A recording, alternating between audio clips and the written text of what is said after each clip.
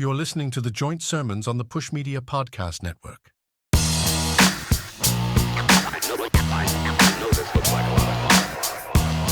People are bent out of shape over Beyonce. The country Because album? she didn't receive any nominations for the country awards, not a single award. I mean, you kind of touched on that when you first reviewed it, and you were like, yeah, there's just too much R&B and hip-hop on it. Well, that's how I felt. First of all, it's almost 30 tracks, and I'd say more than half of them are R&B. And I'm not saying they're whack. I'm just saying they're R&B. But the ones I think I said at the time, the actual country songs, if she cut that down to those, she'd have a dope country album. Yeah. And I still stand by that. Because after she got no nominations, I went back and listened to it again, made a playlist out of those specific songs. I'm like, yep, that would have been a dope country album. Yeah, that would have been it. Yeah. But whatever. Well, I mean, you're the country guy. I trust you on that. I'm not, I don't really have the frame of reference. Well, I think, though, even if you listen to it, you'd be like, well, yeah, those other songs are not country. Yeah. Those other I mean, songs are. I scrolled through it, but, again, I'm kind of with you on that. Like, she could have done like a Love Below speaker box type of thing where she could have done a split album. And, Yes. this is the country album, this is the R&B album, put them out together. And it's like, two sides of the same coin. But, it's Beyonce. She's already got like a bazillion Grammys and everything else. So does it really matter? I mean, Probably not. It's not going to change her stature in music Exactly. or her place in history. I'm sure people are more upset for her than she is. She's probably just like, okay, whatever. Let me count my $1 billion and live in my Tribeca mansion or whatever. At one point, you get to the point where you're too iconic, and then that's Yeah. it. There's nothing. Doesn't who matter. cares? You win everything at life, but at the same time, you lose everything at life because you're so iconic. You know what I mean? Like, Yeah, you definitely live in a bubble once you get to that level. Yeah, but it's a shame because I don't think people understand, and they just get on like a rabid fury on social media about it, and they going off, and there's these dissertation threads, and I'm like, do you just like the album? Listen to the album if you like it. Yeah, who cares? And here's what's scary: those are the same people voting. Yeah, I know. Here's what bothers me: they're fans of politicians. That's so weird to me. Like people who wear merch for politicians, that is probably one of the most cringy things I could ever like. What? Like, do you have merch for your local city comptroller? Like, what are you talking about? Like, it's strange. They work for you. I wouldn't like pay somebody and be like, hey, well, I'm paying you to do your job, but could you make a hat for me? Maybe a shirt. Like, what are you talking about? That too. It's exactly. just bizarre. It's super weird. Especially when you're standing over someone who maybe, you never know, might end up with the influence to affect your life with bad healthcare policy or going to war or whatever. Like, nah. I always thought when, like, okay, I like this candidate. This is the candidate for me. Boom. The day they're inaugurated, don't care. I hate you. Let's see what you're doing wrong. Absolutely. Why not? Absolutely. And the thing is like, you can look at all these politicians, and it doesn't matter if it's Democrat or Republican. They always run it back. They always have their CEO corporate overlords, and they're going to do whatever they want. They're going to sell you a bill of goods, and then they're going to walk it back. And like, imagine being like, I'm really behind this person. I'm going to buy a hat because they have this policy that I like. And then they pull a Fetterman or something like that. And now you're stuck walking around with this D-bags hat on that basically played you. And you're like, yeah, but I contributed to his campaign. Like, what? Come on. We got to do better than that. Can you imagine, though? Let's take it back to something more likable, like last week. Not politicians. Yes, absolutely. Yeah. Let's go. Can you imagine the audacity of Beyonce using R&B and hip hop as a stepping stone to make a country album? I know. It's So does that apply? Does your position on that apply to her as well? Does it apply to her? No, because she put R&B on it. Post Malone. Yeah, but Post Malone put out a strictly country album. So, you know what I mean? Like, he had some elements of hip hop in there. Here's the thing. Let me ask you this question because you're dumb. Shut up. What? You didn't deny it. So listen. What white country boy person in his right mind says, I want to be a country recording artist and a superstar So I'm going to go out and make rap records first to get attention. Apparently, Post Malone. No, I mean, there's been. no, Hey, look at MGK. This is There's a, white on white crime. First of yes, all, it is. Yes, it that is. guy is a cockroach. He doesn't count. Oh, Like yeah, he absolutely does. no, he I doesn't. No, he remember. doesn't count as a human being. He doesn't count in the census. He doesn't No, count as anything. That dude, he probably doesn't count it. No, now listen. I he's remember when trash. he was coming out of Cleveland and Bad Boy signed him, which red flag there. And I can remember Yeah, him playing shows like right after he got signed in like Erie. And he was all Mr. like, here I am with Waka Flocka Flames and doing this crash out shit and all that other stuff. And like all of a sudden now he's like got pink hair and is all into emo and playing a guitar. And it's like, and like this doesn't just apply to like, white people in a specific, name a black person that genre. applies to. Name a black person that applies to. Yeah. I mean, you can name any group of people that doesn't respect a culture that uses it to leapfrog to something else. That is my point. What is about a culture? This. It was any culture that you respect. You know what I mean? Like when it comes to hip hop. What is a culture? I mean, there is a hip hop culture that I'm firmly aware of and part of because I grew up with it when it was just starting out because I'm old. Same. But there are also just younger people now that, I like those rap songs. They're not aware of the culture. I wouldn't. So but what that's is a on them. culture? But what is a culture? Breakbeats, DJing, hip hop. No. I know what the five. Yeah. Oh my God! Please. Okay. So what I'm saying is, but what's a culture? Do you have to go hard in the paint for all of those? Do you have to be able to list them? Do you have to know your history? No, but I mean, Or can you just say, I like that new LL album, and that's the one rap album you like in the next 2 years? You can, but if you come out to claim to represent that and then you abandon it or you don't know the history of it, then yeah, I'm going to look at you how did as Post somebody Malone who do that? Dude, his first record. Go back and look at that first record. Yeah, but was he like, I know, and also know it's gross, but was he like all Mr. Hip Hop? Yo, what's up, hip hop historian over here, gatekeeper? Well, no, he wasn't all hip hop historian, but he definitely came out and had cornrows and a mouthful of grills. You know what I mean? Well, so yes, look at his face. Okay, first of all, let me just touch on something here. Have you ever met anybody with tattoos? I mean, there's problems there from the get-go. Let's start with the tattoos. Next thing you know, he's a communist. He wishes. Get out of here. You know what though? He's probably a hardcore Reaganite or something. I'm not joking. Oh, listen, look, his dad was like the head of like product services for like the pro basketball team. Cause dude, it was out there. Like whenever he blew up. No, because when he blew up, there was a big article about it. How many stains do you have on the Teen Beat poster of him? Teen Beat, bro, come on. Teen Beat, has that even been out? You are. I have no idea. I thought it was Tiger Beat. I don't know. I don't know. I thought it was. But you're probably right. He's probably a Reaganite. Hey, do you think those magazines were like softcore porn for girls? What? No, I that's never crossed my mind. So that's all you. It just crossed my mind. Well, you should have it uncross your mind, or else you're going to wind up on a watch list. Hey, teenagers, please, I am on that watch list. Have you ever counted the number of black SUVs that can drive down your street on any given day? Exactly. In my neighborhood, they're always around. But you know what I mean? Where you're like, yes, this is crazy.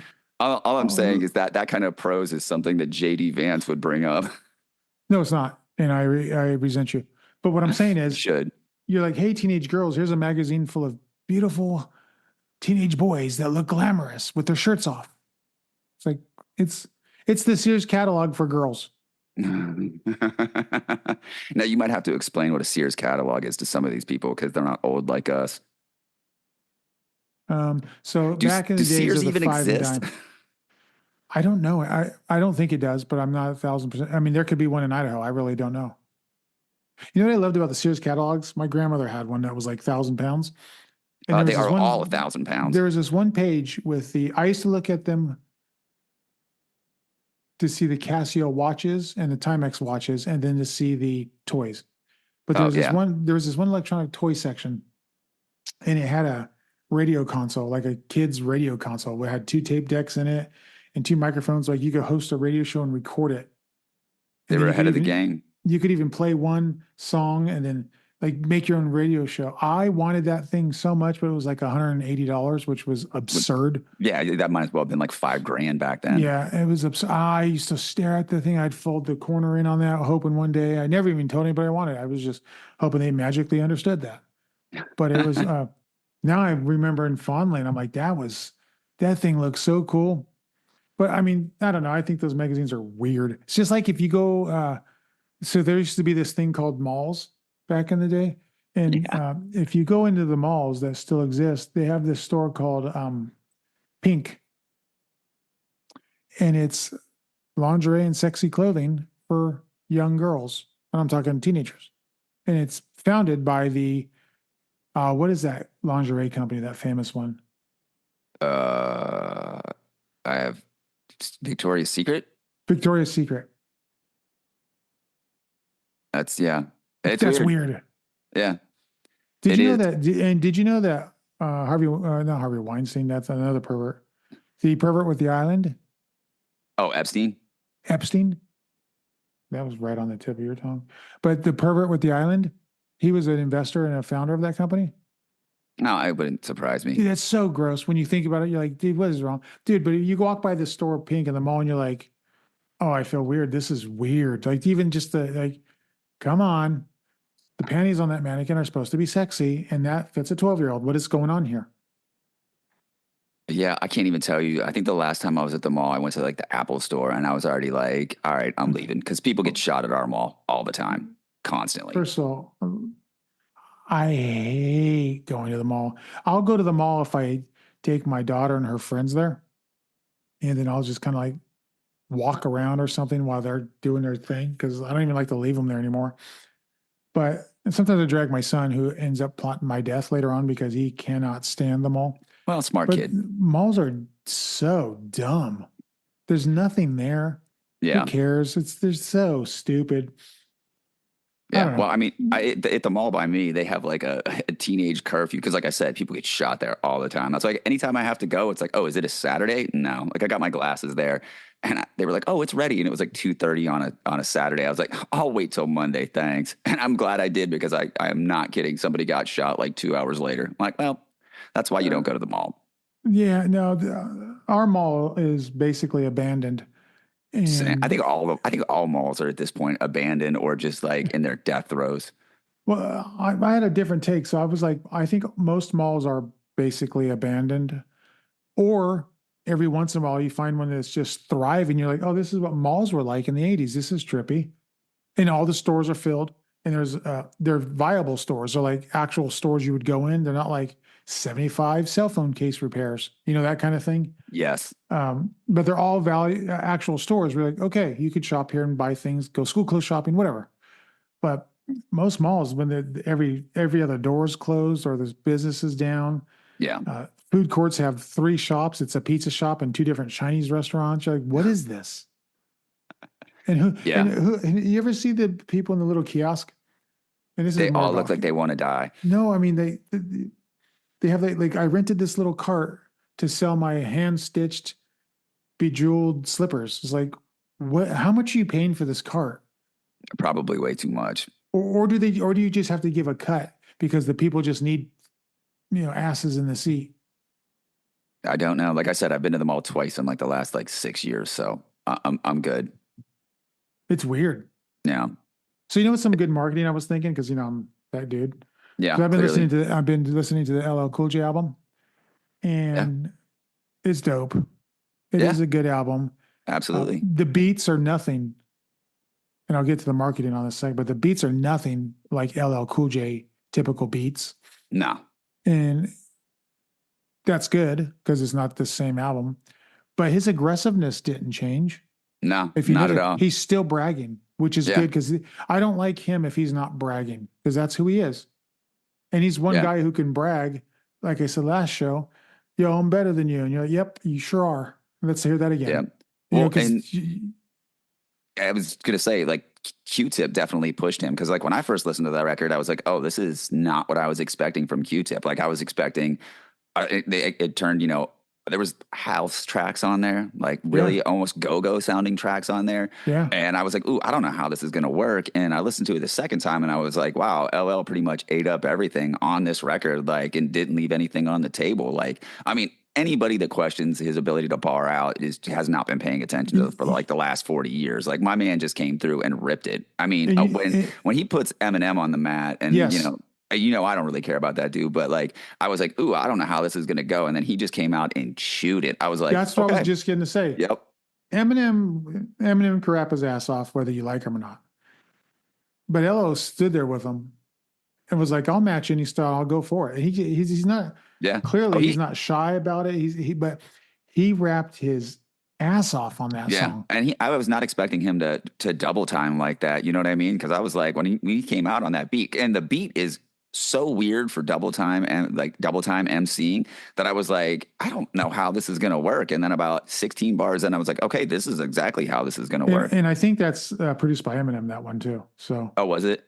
I think so. But you know what's weird about all that is Eminem is his employer. Really?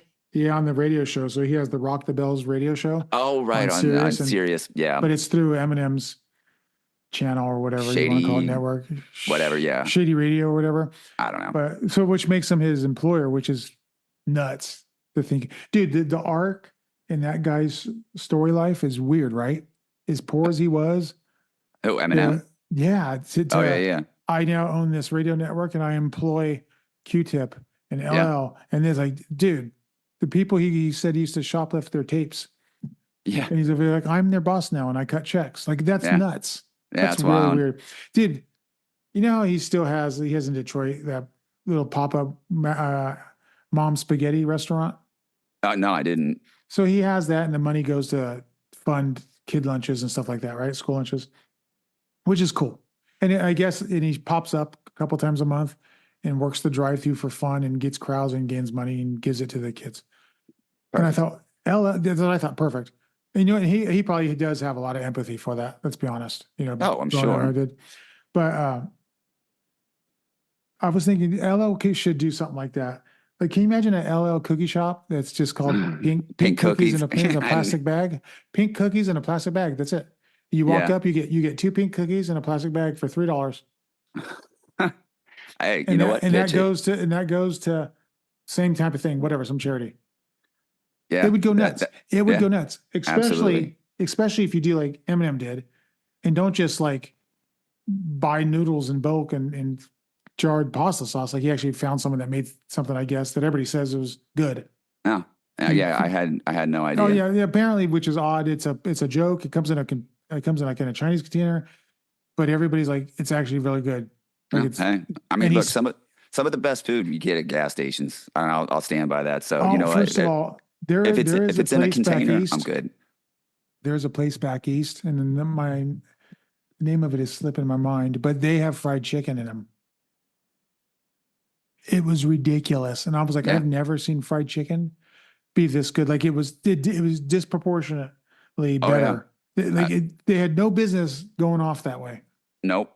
Well, you know what though? Like, when I was home, the one, shout out Umphy's. This place is drive-through. It's dingy. My cousin Umphy's got a little place where he cooks food. Hey, you know what? There will be no Umphy slander. Hey, Mama, you want to go to Umphy's? Say what you want. Want to go to Umphy's? Say what you want. It was fire. And it still is to this day. Nathan Forrest hot dog stand afterwards. No, that was on the tip of your tongue, huh? Umphy's. My God. Shut up. You sound jealous. No, you sound communist, like a redneck. I'm going to go to Umphy's. Well, you know what? And I'll say that with the utmost disrespect to the South. You lost the war, get over it. Speaking of the South, somebody actually reached out that listens to the show and wanted to point out a correction, and he was right. So last week when we were talking about the Dre record, and we were talking about next episode, we were talking about how Scott Storch was involved. And my man correctly pointed out that he was not. We were thinking of another record, and Melman was the producer with Dre on that record. Yes, Scott Storch is the other one. Shout out Tim. Yeah, Scott Storch is dun, dun, dun, dun, dun, dun. Yeah, the piano. Yeah. Yeah. And I believe you led the way, and I just brain farted. No. Yeah, you did actually. Take this I L, I bud. know. Actually, no, you take your L and shove it up your communism. Because here's what happened. No. You mentioned Scott Storch first. And I'm certain that we can get more listens if I get them to go back and double check. But I believe that, and because I was telling you how G thing went into next episode on the original Swap Me tapes, which you don't have. You could have corrected it, and you I didn't. could have, but you know what? You don't always correct white people. Yeah, listen, Whoa, yeah, you have tried to whoa. correct me multiple times and failed. Tried. Tried. Okay. All I know is I converted you and it's now official. So shut up. Are you taking the lap for the iPhone? I am taking the lap for the iPhone Congratulations. and the Apple You take the ecosystem. I like it was designed in my house and built in my backyard after some Chinese kids. Dude, I know Chinese kids. Don't act like I don't know Chinese kids. They could have built that phone. What do you have Chinese kids? Don't know. I haven't seen Hop sing in years. Jesus Christ. What? What? Never change, my friend. Never Hey, change. I'm just appealing to the Southern listeners. We apparently have some. Right. So No, why not? We've got Also, quite a few. shout out to that person, whoever it is, for not getting at us on social media. Why wouldn't you do that? Oh, he hit me up on IG. He hit the IG page. Lover's quarrel? No, he was Who like, gets on hey, Instagram? he's Who like, hey, gets your on dude was Instagram and wrong. Threads? And I was like, he was. He was. He was. I remember it differently. voice. I remember you saying Scott Storch first, though. Oh well, I don't really care. But yeah, whatever. But yeah, Umphy. Go ahead and finish your Umphy story. It's the most fire fried chicken, period. And it's from a dumpy, dingy little place, and it's fire. I was You ever been to contributing to Crown the Chicken conversation. on the East Coast? No, where's it at? Oh, everywhere. Oh my God. Dude. Is it like a chain? Yeah, I think they're all individually owned, but it's a chain. But yeah, it's and they're all dives. I've never seen a franchise business be all dives. I'm fine with that. So am I. And then they're always in the place where you're like, all right, there's Crown Chicken. You guys want to get a piece? Yeah, all right, let's go get a piece. Yo, you strapped? Yeah, I got my heat. Because you need it. It's never in somewhere nice. Yo, can you sit with my car while I go in and get our food? Okay. That's why you gotta have a drive-through with it. Bulletproof glass. You're But fine. that's why it's also good. No, that's why it's the Yeah, best. dude, it's so and no one bothers you inside there because they're all busy eating because no one's gonna dare let their chicken get cold. Dude, like I could go in there, I can't anymore, shout out to the heart attack, but I could go in there and just let me have 40 pieces and just rip the skin off and eat the skin and leave. Like it's so good. Oh yeah, well What's your listen, fried chicken only happens very, very infrequently with me because I eat it, It has and to. 45 minutes later I have the worst heartburn of my life, and I'm just Heartburn, like, this was a you're mistake. you're overly stuffed. Oh yeah. Even like the next morning, you're like, I probably shouldn't have ate that. Remember back when you were kids where you're like, I can kill that family bucket and go home. You Yeah. felt fine about it. Now you can't. Now you're like, I took 2 bites of the hot dog and shouldn't have ate that. Anyway, Umphy's. This is the worst name ever. It's dumb. Well, No, that's dumb. Umphy's. I can't even stop saying that. It's like addicting. Umphy's. Yep. Well, Mama, let's go to Umphy's.